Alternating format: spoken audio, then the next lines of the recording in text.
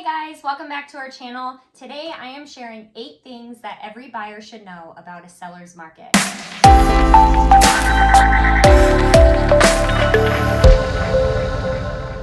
So let's dive right in. Number 1, submit your highest and best offer up front. Don't bank on the seller countering your offer because chances are they have just as good of an offer, if not better, already in their hands. So submit your highest and best up front. We can always negotiate for you later. Number 2, do whatever it takes for the seller to feel comfortable that you are a qualified buyer.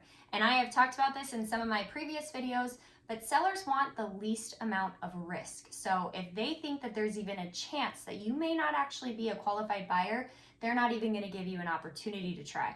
So make sure that your lender submits that pre-approval letter and then calls the listing agent directly to explain to them that you are in fact a qualified buyer and you will most likely not have any issues with your loan closing. Number 3, give the seller time to move out. You know how crazy this market is, so if they're looking for a new house or somewhere to go, give them some time. Offer them post-possession and tell them, hey, you can rent the house back from us for a couple of months until you find a new place. Give them some breathing room to figure out where they're going to go next. Number 4, shorten or waive contingencies. You can shorten the inspection period from 10 days to 7 days and get the ball rolling a little bit quicker, or you can waive the appraisal contingency. And if you don't know what that means, we did do a video on it, so go watch that one next. If you're shortening the inspection period, you're giving them 7 days to know whether or not you're going to move forward instead of 10. And if you waive the appraisal contingency, you're telling them that you're not going to cancel a week before close. And if you do, they get to keep your earnest money. So just gives them a little bit of extra protection. Number 5, offer an appraisal guarantee. This is that gap between the appraisal value and what you're offering. So if you're offering $470 and you think it might only appraise for $450, offer to pay that $20,000 difference up front, or at least a portion of it.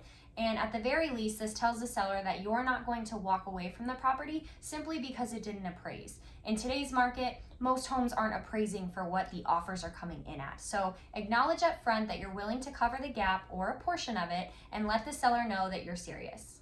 Number 6, find out what's important to the seller. Find out what they need. And this one can be a little bit tricky, but if you have a good agent who knows how to work the listing agent and communicate well, usually we can find out what the seller might need or want. And this can be post-possession or maybe just some flexibility on the close date. Maybe they have somewhere to go, but it's not locked in yet and they might need to close a week early or a week late. Just let them know that you're flexible, whatever it is that they need, and then use it to your advantage. Number 7, this one's a big one. Don't ask the seller to pay for things or for personal items. Don't ask them to pay for your closing costs. Don't ask them to pay for your home warranty plan or the appraisal. Asking for personal items that they currently have in the home isn't the best idea either. If you want the statue that's in their living room or the standalone waterfall in their backyard, don't ask them to throw that in also. And number 8, increase your earnest deposit. That initial amount that you put down is important. If you're only putting down $1,000, there's a good chance that you might walk away from that $1,000 down the road, and sellers don't want that. So put down 5 or 10 because you're going to be less likely to walk away from that much money. And again, you're just giving the seller a bigger safety net. The bigger safety net you can give them, the better. I hope you found this video insightful. If you did and you enjoyed it, please press the subscribe button so you can be notified of all future videos. As always, if you have any questions, feel free to reach out to us directly. We're always happy to help. Thank you so much for watching, and we'll see you next time.